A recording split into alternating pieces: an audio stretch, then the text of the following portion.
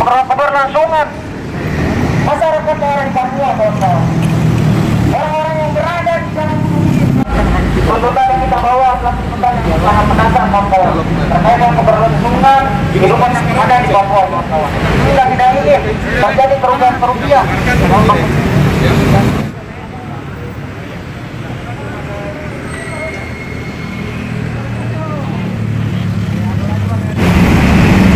Permasalahan yang memang kita bilang dan kita bisa simpulkan itu adalah permasalahan yang tidak kecil, kesepakatan. Ketika tidak dilaksanakan, maka kita pertanyakan ada apa di aturan tersebut. Tadi mengenai aksi demonya seperti apa, Mas? Kita suarakan terkait dengan adanya terpidana yang dia secara langsung meminta izin untuk keluar dari tahanan ya, Bang ya? Keluar dari tahanan selama 6 hari. Sedangkan yang tertulis dalam aturan yang sudah jelas-jelas dilegitimasi oleh pemerintah di dalam peraturan pemerintah itu hanya 1 kali 24 jam, dan itu juga dengan klasifikasi yang memang jelas. Ada persyaratan yang jelas. Ada 3 persyaratannya, yaitu apa? 1, dia menghadiri misalnya pemakaman sanak saudara sekandungnya, dan 2, dia mengurusi warisan. Yang ketiga terkait dengan hal yang sama lah, kayak itu nggak jauh berbeda. Yang jelas hal-hal itu yang tidak menjadi alasan bagi seorang terpidana tadi untuk keluar dari lapas, dan seorang terpidana tadi keluar dari lapas dengan alasan mengikuti pilkada, begitu Bang ya?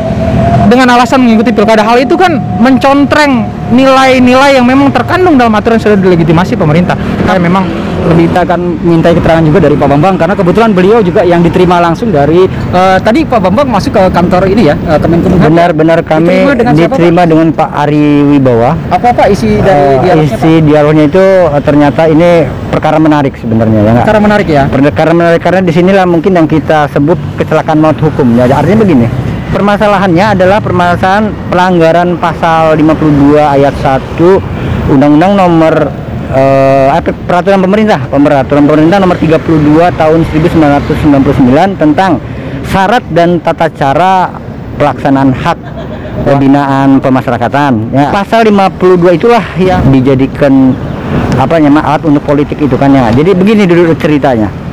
Jadi ada salah seorang terpidana warga binaan pemasyarakatan ini lapas kelas 2 Abipura. Nah, berinisial ED beberapa hari yang lalu telah mendapat surat izin luar biasa selama 6 hari. Nah, batas waktu yang diberikan oleh lapas kelas 2A Abipura tersebut itu melewati batas waktu yang ditentukan oleh pasal 52 itu oleh ketentuan undang-undang tentang syarat dan tata cara pemberian. Nah, karena batas waktu yang ditentukan yang diperbolehkan oleh undang-undang adalah 1 kali 24 jam, itu pun tidak menginap ya. Nah, ini selama yang batas waktu yang diberikan kepada saudara Edi ini itu selama 6 hari. Artinya kan di situ ada perlawanan keras ya, ada perbuatan perlawanan hukum keras kan gitu kan ya. Nah, kemudian kedua, tujuan izin luar biasa itu kan kalau menurut pasal 52 itu kan, pasal 52 peraturan pemerintah nomor 32 tahun 1999 tersebut itu adalah hanya ada 3. Pertama, melayat, ada keluarga kandung yang meninggal, ayah, ibu segala macam. Nah, kemudian kedua, membesuk keluarga kandung yang sakit, kemudian atau untuk menghadiri menjadi wali nikah anaknya, dan kemudian membagi warisan. Hanya 3 itu. Nah, tampaknya izin yang dikeluarkan ini adalah ya, itu patut diduga itu adalah untuk melaksanakan proses pilkada, karena kebetulan ya saudara Edi juga adalah salah satu dari peserta pesta demokrasi di Kabupaten Yalimo kan gitu. Nah, seharusnya inilah yang menarik ya nggak.